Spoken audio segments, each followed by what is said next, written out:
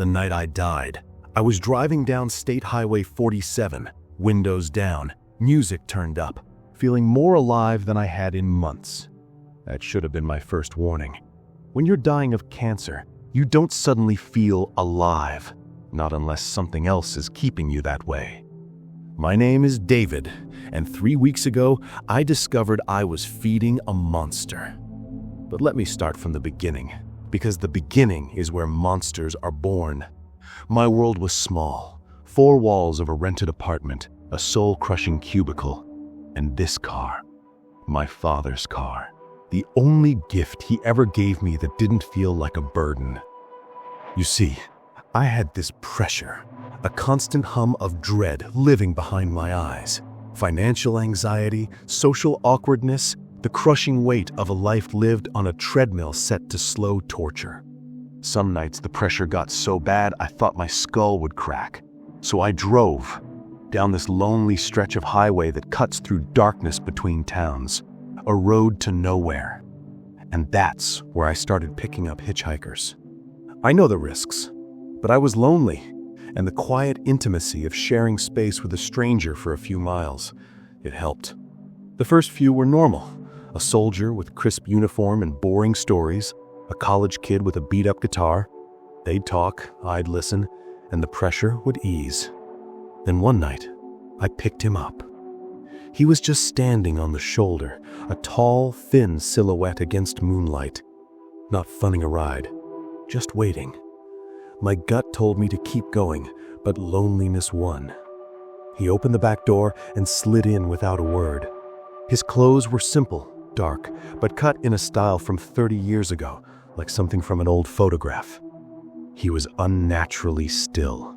Hands on his knees, posture rigid. He didn't speak.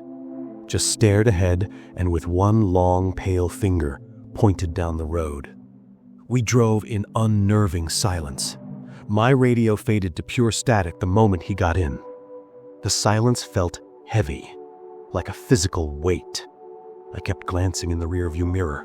He never moved, didn't even seem to breathe. Miles crawled by. The anxiety in my stomach became a screaming, frantic thing. The car felt like a coffin. I was about to tell him to get out when he slowly, deliberately lifted his hand and tapped twice on the window. We were in the middle of nowhere. No lights, no houses, just empty road and dark fields. I pulled over. He got out silently, closed the door with a soft click, and stood on the shoulder as I sped away. And then it happened. Like a switch flipped, a dam broke, an incredible wave of pure blissful relief washed over me. The crushing pressure didn't just ease, it vanished completely. The knot in my stomach dissolved into warm liquid peace. The radio cleared, playing a song I loved, sounding more vibrant than ever. I took the first deep breath I'd taken in years. The feeling lasted 2 glorious days. I was confident at work, made jokes with coworkers, slept perfectly. But by the 3rd day, the pressure crept back. I knew what I had to do. Find him again.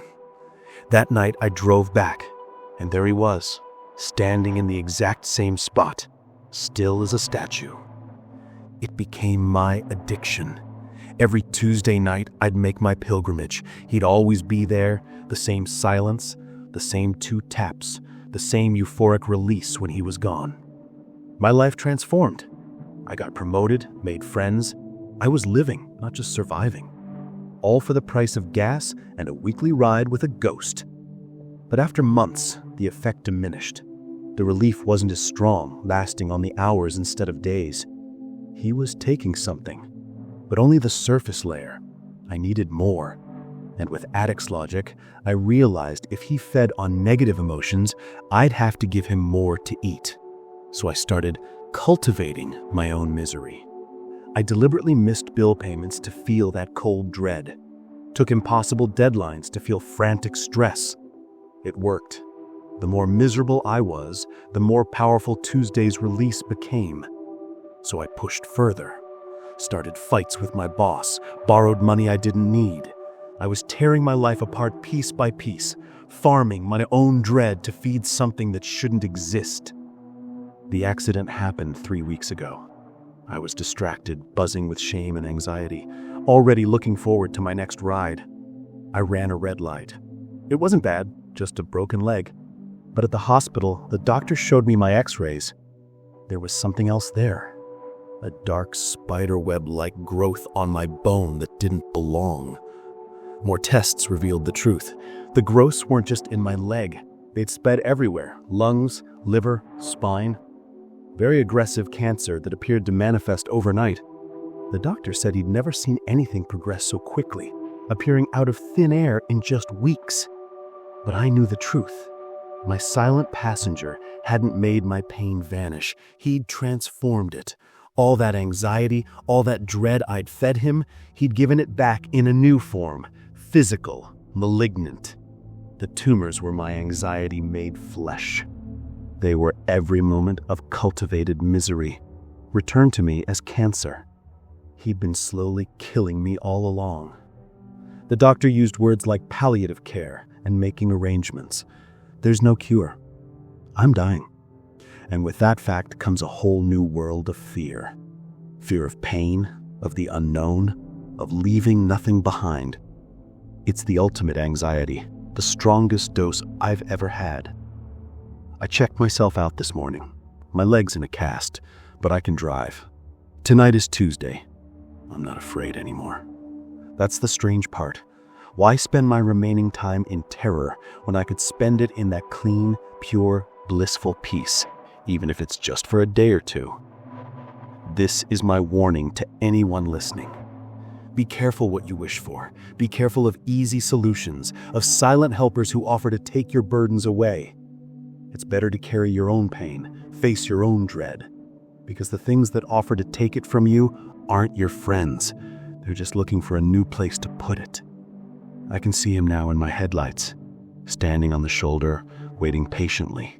Same spot, same stillness. He knows I'm coming. He's been waiting for this moment, this final feeding, the moment when despair becomes terminal, when anxiety transforms into something that can't be cured. He's not just taking my pain anymore. He's completing the transaction. I'm pulling over now, opening the door, and for the first time in all our rides together, I think I understand what he really is. Not a ghost, not a demon, something worse. He's the cost of easy solutions, the price of avoiding pain. He's what happens when you try to cheat suffering instead of facing it. He's getting in now. The silence is absolute. But this time I'm not afraid, because I finally understand the transaction. He takes your pain and gives you peace, but the pain doesn't disappear. It just grows and grows until the bill comes due. We're driving now. The radio is static, the darkness is complete. And I know that when he taps that window twice, when he steps out into the night, I won't be driving home. Because some rides are one way only, and some passengers never really leave. If you're listening to this, if you found this recording, remember what I've told you. There are no shortcuts through suffering. There are no easy ways out of pain.